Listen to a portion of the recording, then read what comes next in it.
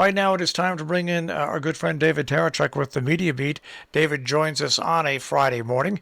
Of course, he is a PBS television correspondent reporting on ethics and belief, and he's got a terrific website, themediabeat.us. But we always love to have David join us on a Friday morning. Good morning, David. Hello there. Here I am joining Marshall Miles again and reporting in from the media capital of the world, New York City. A columnist colleague of mine suggested that maybe I should vary my location sometimes and come a little bit more clean about where I am. He said that when we reporters, we media people talk about this field of ours, we should recognize that we are well in the center of, in fact, we're almost drowning in the New York media sphere, he said. So I'm reporting in from the New York media sphere this week. All right, and boy, do we have a plethora of media reports and updates that we can talk about. I think the first one I'd like to bring up is the difference of opinion now between Pfizer and CDC. Pfizer says that, they're going to need the shot around for a booster because they think it's going to be a good booster shot, even though they're working on another vaccination for the variant that's now out there, which is so bad. The CDC isn't quite sure, but Pfizer says that a third booster shot would be really successful on people. So it's going to be interesting to see how that plays out. Sure, it's one to watch. I don't think it's easy for non-specialist journalists to make a judgment on this, but there's clearly shades of opinion here, and of course, why wouldn't there be? This is a very complex field, and I think we can be fairly confident that the CDC and the pharmaceutical companies will sort something out. They normally do, though, of course, one of the distressing things about the American healthcare system as a whole is that so many of these decisions are swayed, major national policy decisions are swayed by the incredible influence that the big pharma companies manage to bring to bear on the situation simply because of their hugeness and their enormous lobbying power. The amount of money that they spend on promotion is a well-known horrific number, of course, but alongside that, the amount of money that they spend on political lobbying in Washington is also really horrendous. So with that caveat about, being careful about how much power we give over to the commercial interests in our healthcare system, I'd say that it will be an interesting one to watch just to see how the CDC itself decides in the end on this issue. Well, the interesting thing about the issue is that there's a lot of people that aren't taking the shot because it is not fully approved by the FDC, and it's only an emergency use, and basically I think the vaccine makers and I think probably the president and everybody else would like the vaccine to become just a regular, not an emergency use, as it might push some of the people not taking the vaccine over the edge to get it. Sure, and there are various protocols that you have to go through to be able to get any kind of medication or treatment or protocol accepted for general use rather than emergency use. So we have to recognize that we are still in an emergency situation, and that's been the truth from the get-go, and shows no sign of receding. If anything, we look like it's perfectly possible that we're on the verge of another really more serious emergency situation with another surge in the disease. The disease prevalent, of course, inevitably amongst people who are not vaccinated. So the vast majority of people who are succumbing to the new Delta variant in particular are, of course, the unvaccinated. So the combination of whatever it is, concern about the emergency status of this of this treatment, or rather this prevention mode of the vaccine itself, or whether it's sheer obstinacy about not doing what we're being told to do.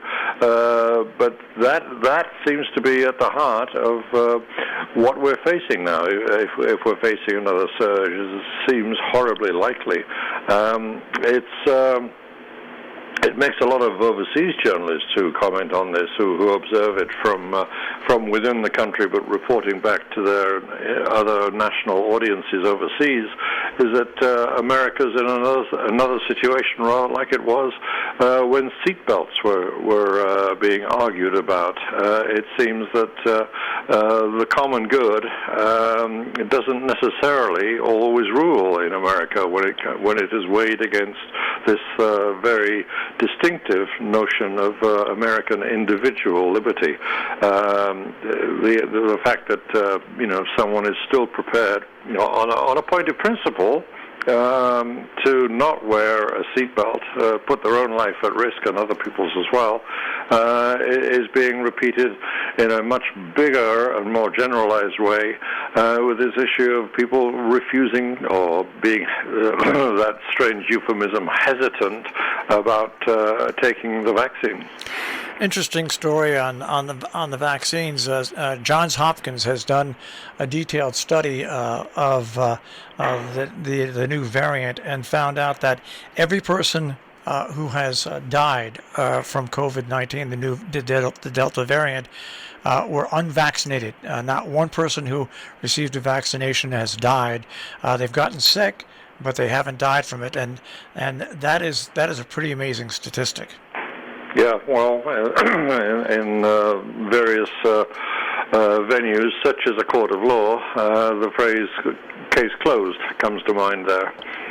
All right, now we have our little sound effect all set to go. If you're ready, I'm ready for the fanfare. The fanfare, indeed, ladies and gentlemen.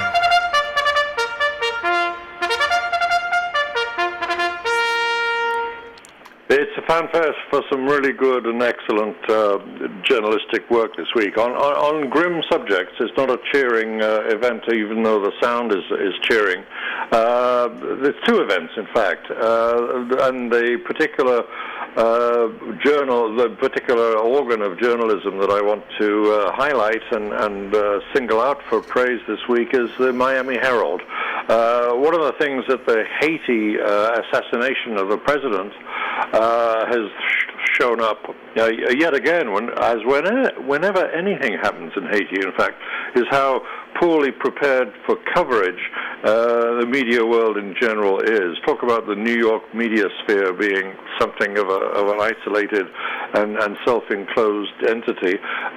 Journalism has always found it, Western journalism has always found it hard to cover Haiti. Haiti is the poorest country in the Western Hemisphere, and really a difficult place to get a hold of anyway, and a difficult place to maintain coverage of. And what we've seen is when the assassination happened of the President Jovenel Moïse earlier in the week, every journalistic outfit pretty much was on the back foot. But the Miami Herald was not. The Miami Herald has a long tradition of covering Haiti, and one particular journalist, Jacqueline Charles, who has connections with Haiti, has been the core of that coverage, and they've done a remarkable job covering and explaining what's been happening in Haiti, and we should say that this is all happening at the Miami Herald's newsroom at a time when the Miami Herald has also been holding the fort with spectacularly effective journalism on the collapse of the Champlain condominiums building, of course. And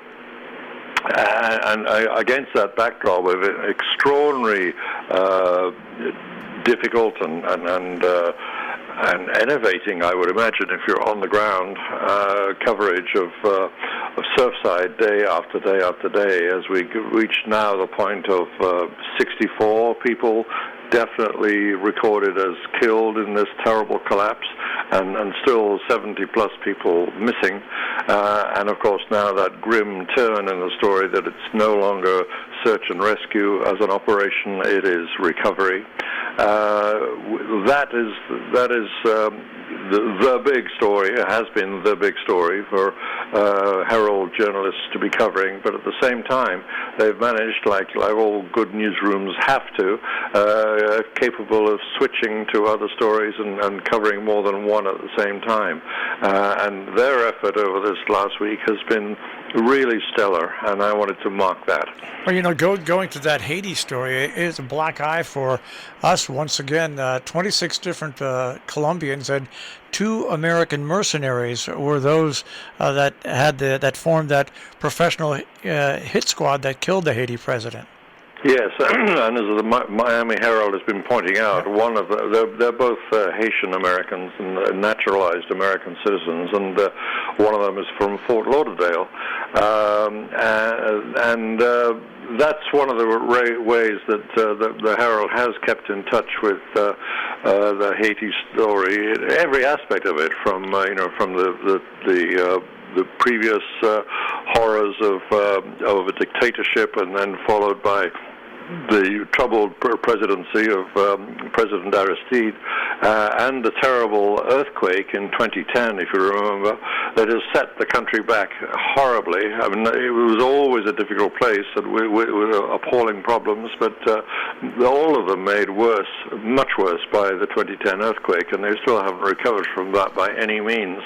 And of course, the rampant corruption in the country that has been allowed to continue despite all the foreign aid pouring in, and getting misdirected in many cases too.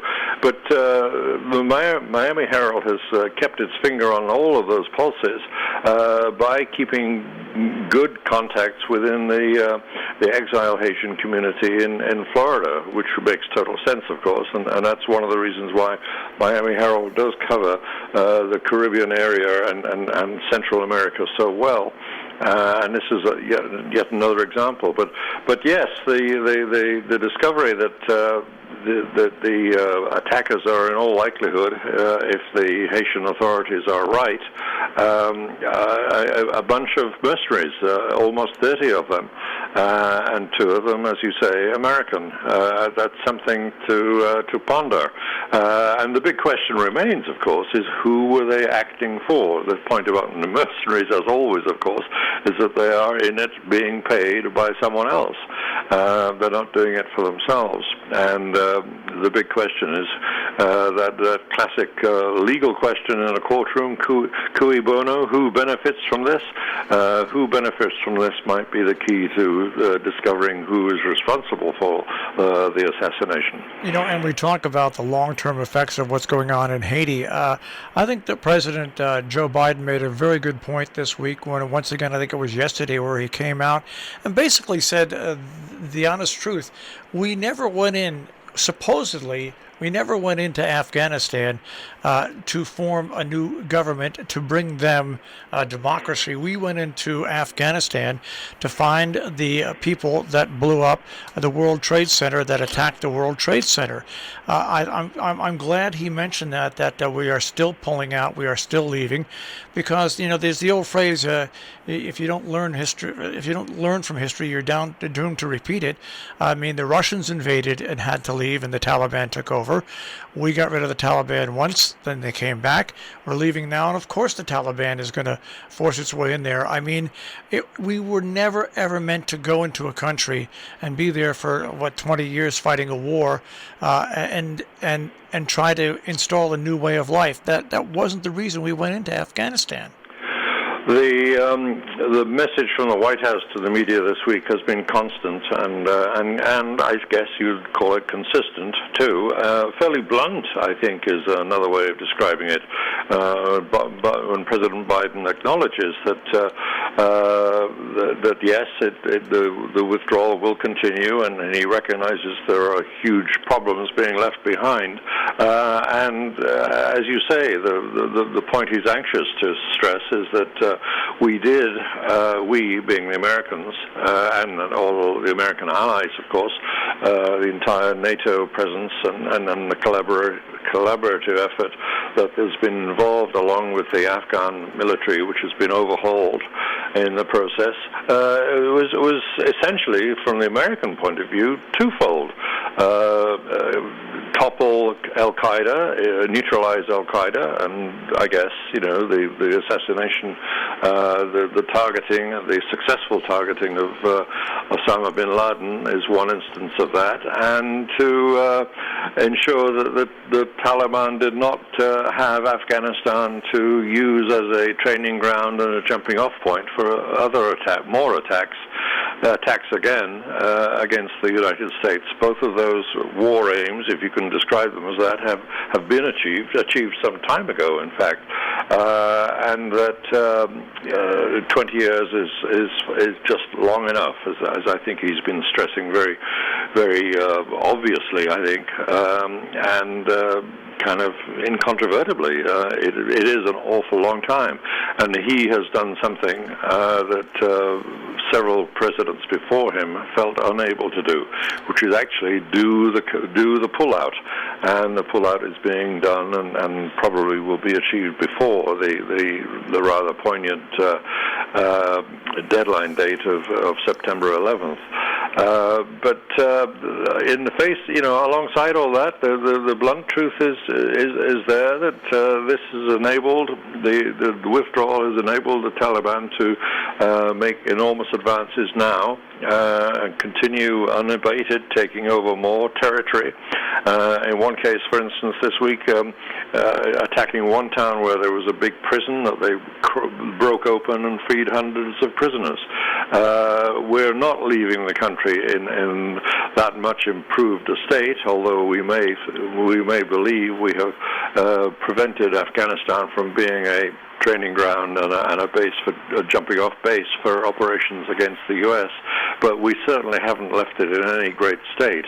And it's arguable about whether or not we wanted to turn it into a better country. I mean, much of the rhetoric over the last 20 years has been about human rights for Afghanistan, but of course human rights are not something you can impose upon a country, and I guess the Biden administration's point is that it really is up to Afghans themselves to do that now, and it has been all along, of course, but now they're not going to get the boots on the ground kind of help that they had in the meantime, which has not been all that effective, to be honest, in the end. And I saw a great BBC report yesterday talking to some citizens of England who lost soldiers, sons and daughters and brothers in the war, and the reaction they had to the pullout of America. People seem to forget that it wasn't only Americans that went into Afghanistan. Right, and Scandinavian countries too, and other members of NATO. Yes, the cost has been heavy. The cost has been even heavier, of course, for Afghans themselves. But the BBC is right to do that kind of review, and of course the same sort of review is being done by American journalists now, talking to American veterans and their families. The BBC too has distinguished itself by doing the best coverage it can from Afghanistan with its, again, sometimes the media is hamstrung by the inaccessibility of certain countries and certain parts of certain countries. But in Afghanistan, they've in the 20 years of covering it, and indeed the earlier time when they covered the communist regime in Afghanistan and the Soviet invasion of Afghanistan before that, the BBC has a pretty good network of stringers on the ground. But they still don't. When they do the good work that they do, they're still very hamstrung, as I was saying, as journalism generally is. with Afghanistan coverage is not easy. They distinguished themselves this week, the BBC, by having a very substantive interview with the Taliban spokesman. But it's interesting to see that that did not come from Afghanistan. That came from Qatar, where the negotiations have been taking place, of course, and the Taliban has a sort of well-recognized presence there, almost an embassy, if you like, in Qatar. And and what the message is, of course, is that they are dedicated to taking over the country again. That's a brutal reality that we have to acknowledge. And sadly to say, that is a very distinct possibility now as we leave. And whether it happens immediately, whether Kabul, the capital, falls soon, later, or perhaps never at all, we will still have to recognize that overall Afghanistan is not improved by 20 years of blood and treasure being expended by America and its allies. Okay, I hate to go in this direction, but I've got to go in this direction. When a certain lawyer came on the scene during Donald Trump's presidency, Michael Avenatti, I just... A certain lawyer, I think I'm following you, yes? I said to myself, first of all, this is just too strong, the guy's too involved in himself. Anybody that deals with this guy had better watch out for themselves. And well, guess what? He's been sentenced to 30 months in prison, and that's just for the extortion that he did with I think it was Nike or whatever. It just doesn't show what else he did to Stormy Daniels and everybody else. It just a despicable. I'll say, part of the saga of Donald Trump and the side effects. Well, the side effects are still playing themselves out, and I think overall what we've got is in the legal area, both civil and criminal. There is much to watch in the aftermath of the Trump presidency, and in terms of both the here in New York, the Manhattan DA's case against the Trump organization, and ongoing investigations conducted by not just the DA's office but also the state attorney general. We're going to see a lot more coming out about the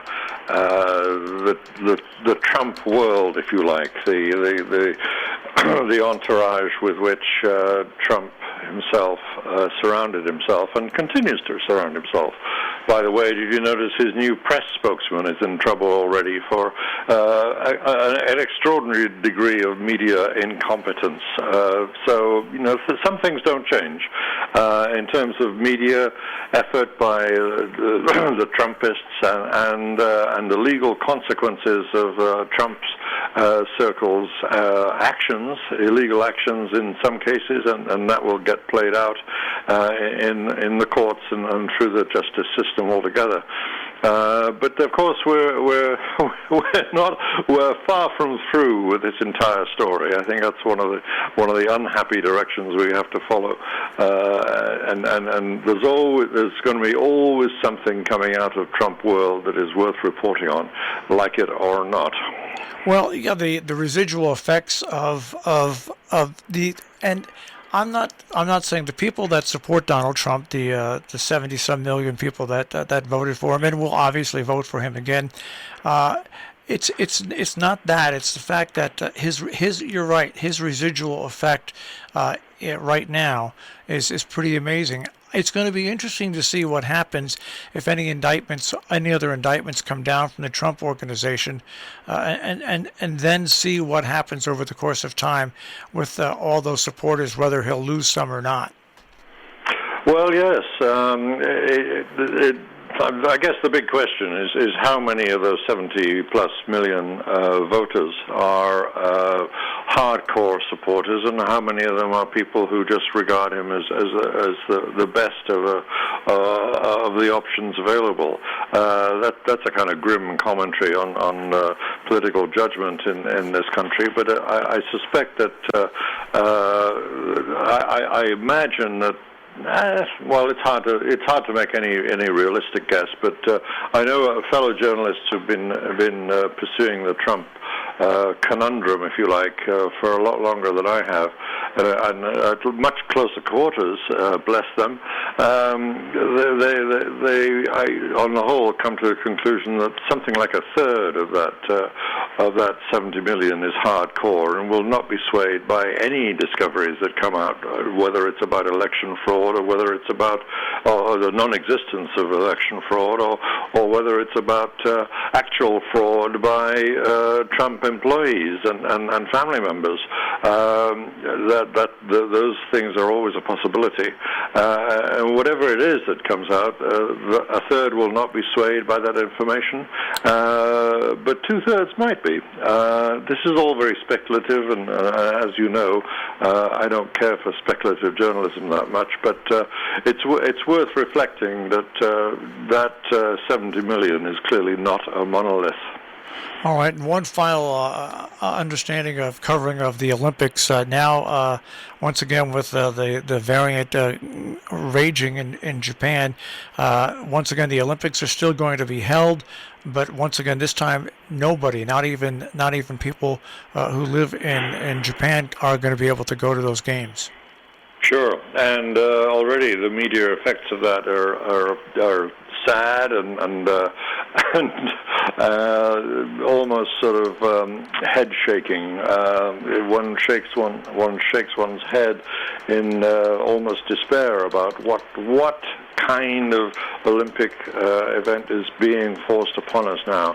The Olympic flame got to its eventual destination and was lauded in a Japanese ceremony that was so desultory that it was, of course, that only word, sad. A few Olympic officials and some token media representatives witnessed this, and we know from memory what a grand occasion that always has been, and it can't be this year, and won't be. And the races themselves and the competitions themselves will still have their value athletically, but they won't have any of the spectacle or any of the world involvement that they have traditionally had.